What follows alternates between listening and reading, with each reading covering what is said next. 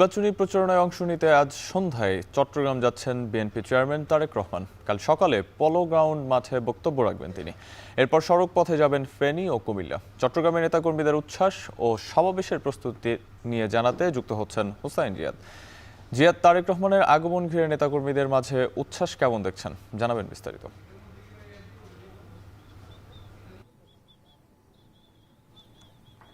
সাহাব ২০০৫ সালে মেয়র নির্বাচনের সময় সবশেষ চট্টগ্রাম এসেছিলেন তারেক রহমান। তারপর দীর্ঘ ২০ বছর পেরিয়েছে এবং ২০ বছর পর আবারও তিনি চট্টগ্রাম আসছেন। খুব স্বাভাবিক যে যারা তরুণ নেতাকর্মী কিংবা যুবক তারা কিন্তু তারেক রহমানকে স্বচক্ষে এবারই প্রথম দেখবেন।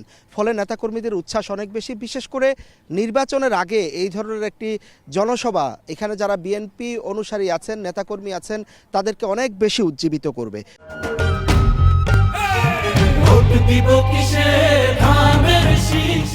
চট্টগ্রামের পলো গ্রাউন্ড মাঠে আমি এখন যেখানে আছি, এখানে আগামীকাল ঠিক সকাল 11টায় এখানে তিনি মহাসমাবেশে বক্তব্য দেওয়ার কথা রয়েছে।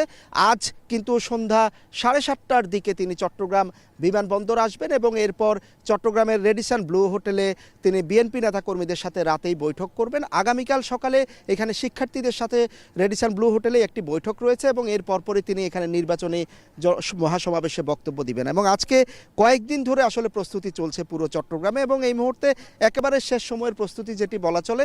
মঞ্চ তৈরি থেকে শুরু করে মাইক লাগানো, মাঠের আশেপাশে প্রায় 1-1.5 কিলোমিটার এলাকা জুড়ে মাইক লাগানো হচ্ছে এবং এর পাশাপাশি আমরা দেখছি যে শুধু এই পলো গ্রাউন্ড মাঠ নয়, তার আশেপাশে যে সিআরবি এলাকা, টাইগার পাস, দেয়ানহাট, পুরো এলাকা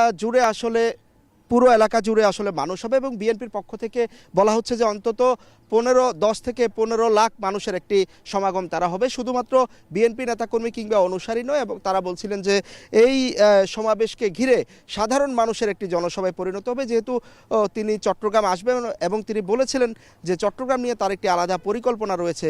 সেই পরিকল্পনার কথা তুলে ধরবেন, প্রতিশ্রুতির কথা আসলে বলবেন।